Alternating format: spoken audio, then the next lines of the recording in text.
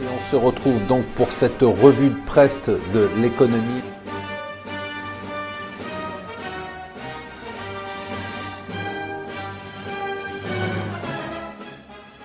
Bonjour et bienvenue sur Mon Financier pour le Morning Zapping du jour. Nous sommes le mercredi 17 octobre.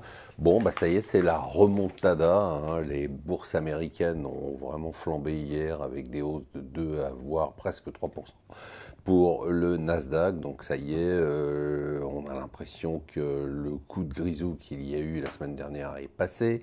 Alors c'est vrai qu'il y a un élément qui est quand même fascinant, c'est qu'on a vraiment l'impression qu'il y a les États-Unis et le reste du monde. C'est fascinant. Alors bien sûr, il y a le fossé sur les marchés, hein.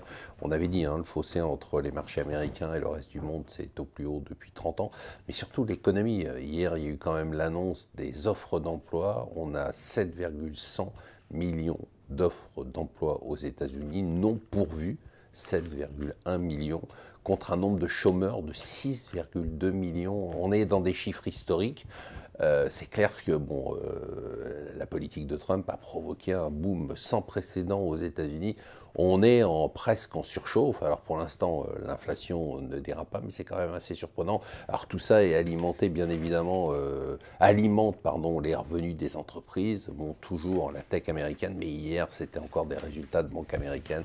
Goldman Sachs, Morgan Stanley, 20% de hausse des profits. On est sur des profits de plus de 2 milliards sur le trimestre. Et dans ce délire global, eh bien, on a annoncé hier qu'Uber ferait probablement son introduction en bourse, la valorisation 120 milliards de dollars, c'est plus que General Motors, Ford, Fiat Chrysler combinés pour simplement avoir une référence.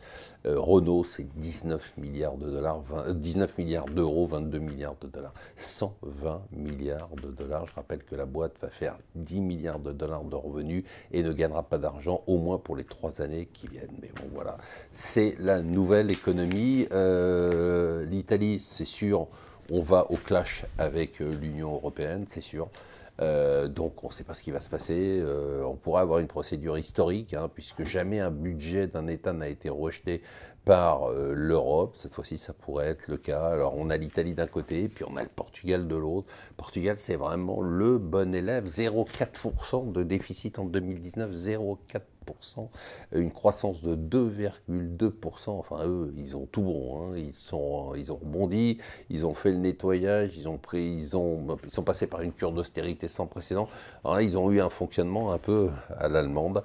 Et toujours du côté des crédits immobiliers, les taux, toujours très bas, 1,43%. Je vous rappelle que le plus bas historique, c'est 1,28%. Mais surtout, ce qui est fascinant, c'est que les taux réels, c'est-à-dire le taux de crédit immobilier moins le taux d'inflation, eh bien, c'est le taux le plus bas depuis 1973. Franchement, on est dans une période de record. On va aller chercher la guerre du Vietnam, la guerre du pétrole de 73. Enfin, tout ça est assez fascinant. Voilà, on devrait avoir une remontée des marchés qui continue sur les marchés européens aujourd'hui. Voilà, je vous souhaite une excellente journée.